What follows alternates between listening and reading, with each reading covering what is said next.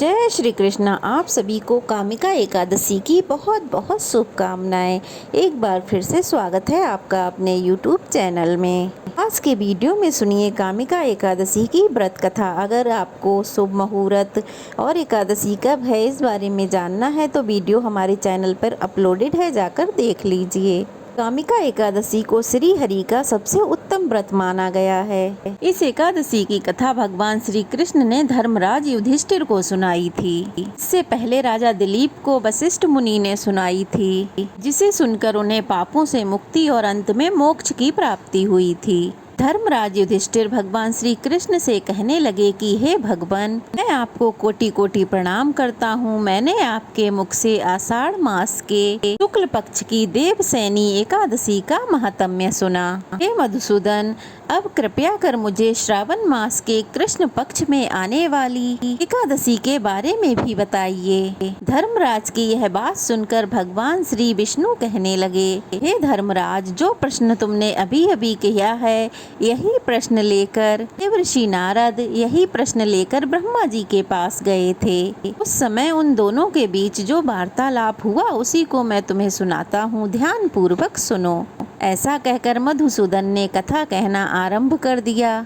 भगवान श्री कृष्ण कहने लगे कि हे धर्मराज, एक समय की बात है जब इस चराचर जगत में भ्रमण करते हुए भगवान श्री हरि के भक्त देवर्षि नारद अपने पिता श्री ब्रह्मा जी के पास पहुँचे। वहाँ पहुँचकर वे कहने लगे, हे कमलासन, हे परमपिता, पवित्र श्रावण मास के कृष्ण पक्ष में कौन सी एकादशी आती है? उसकी पूजा विधि क्या है? इस दिन किसकी आराधना करनी चाहिए और इस व्रत से क्या लाभ होता है? कृपया मुझे बताइए। नारद मुनि की बातों को सुनकर श्री ब्रह्मा जी कहने लगे, हे नारद, लोक कल्याण के लिए जो तुमने मुझसे प्रश्न पूछा है अब उसका उत्तर भी सुनो। श्रावण मास के कृष्ण पक्ष में आने वाली परम कल्याणी एकादशी को कामिका एकादशी कहा जाता है और यह एकादशी इतनी पावन, इतनी पवित्र होती है कि उसके स्मरण मात्र से ही वेदों में वर्णित वाजपेयी यज्ञ करने का फल प्राप्त हो जाता है। जो मनुष्य इस दिन शंख, चक्र, गदा और पद्म धारण किए हुए भगवान श्री हरि की पूजा करता है उसे हर प्रकार के पुण्य फल की प्राप्ति होती है। दिन श्री हरि का पूजन करने से जो लाभ प्राप्त होता है वही लाभ उसे गंगा, नैमिषारण्य और पुष्कर क्षेत्र में भी प्राप्त नहीं हो पाता। जब सिंह राशि बृहस्पति के संयोग में सोमवार के दिन आने वाली पूर्णिमा के शुभ अवसर पर गोदावरी नदी में स्नान करने से जिस पुण्य फल की प्राप्ति होती है वही पुण्य फल कामिका एकादशी के दिन भगवान विष्णु की पूजा करने से प्राप्त हो जाता है। इतना ही नहीं, हिमालय में केदारनाथ का दर्शन करने से, सूर्य ग्रहण के समय कुरुक्षेत्र में स्नान करके दान करने से, समुद्रों और जंगलों सहित सभी पृथ्वी का दान देने से और गंडकी नदी में स्नान करने से जिस पुण्य की प्राप्ति होती है यह सारा पुण्य फल इस कामिका एकादशी की श्रद्धा और भक्ति से पूजा करने से प्राप्त हो जाता है। जो व्यक्ति इस मंगलमय एकादशी का पालन करता है उसकी पूजा स्वयं देवता, गंधर्व और नागलोक के वासी किया करते हैं। ब्रह्मा जी ने इस एकादशी की महिमा का गुणगान करते हुए आगे कहा, देव ऋषि स्वयं भगवान श्री हरि ने मुझे बताया है जो भी मनुष्य इस कामिका एकादशी के दिन व्रत और उपवास का पालन करेगा उसे सारे आध्यात्मिक ग्रंथों के अध्ययन से भी ज्यादा फल प्राप्त हो जाता है। जो मनुष्य संपूर्ण निष्ठा और नियमों के साथ इस एकादशी का पालन करता है और रात के समय भजन कीर्तन करके भगवान में ध्यान लगाता है उसे यमदूतों के दर्शन कभी नहीं करने पड़ते। इस एकादशी का एक विशेष महत्व और भी है। जो भी इस दिन कृष्ण प्रिया तुलसी मंजरी के 9 अंकुर भगवान श्री हरि के चरणों में अर्पित करता है, तुलसी दल अर्पित करता है, उसके अगले पिछले सभी जन्मों के सारे पाप समूल्य नष्ट हो जाते हैं। और इस दिन तुलसी जी का दर्शन करने से और दीपक जलाने से सभी रोगों से और भय से मुक्ति मिलती है। तुलसी जी भगवान श्री हरि को इतनी प्रिय हैं कि वे बिना तुलसी दल के कोई भी भोग स्वीकार नहीं करते। कामिका एकादशी के दिन नित्य कर्मों से निवृत्त होकर हाथ में जल या पुष्प लेकर व्रत का संकल्प लिया जाता है। फिर भगवान श्री हरि को प्रणाम करके उनके आगे दीपक जलाकर उनकी परिक्रमा की जाती है। साथ ही अपनी सभी गलतियों के लिए, अपने सभी अपराधों के लिए क्षमा याचना की जाती है। इस दिन सुबह और शाम घी या तेल या तिल के तेल का दीपक जो जलाता है, उसके पुण्य की गणना तो स्वयं चित्रगुप्त भी नहीं कर पाते।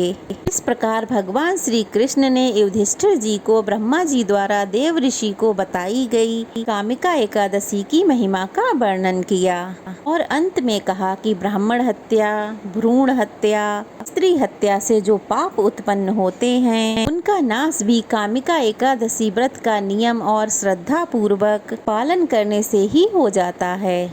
अब सुनिए कामिका एकादशी की व्रत कथा।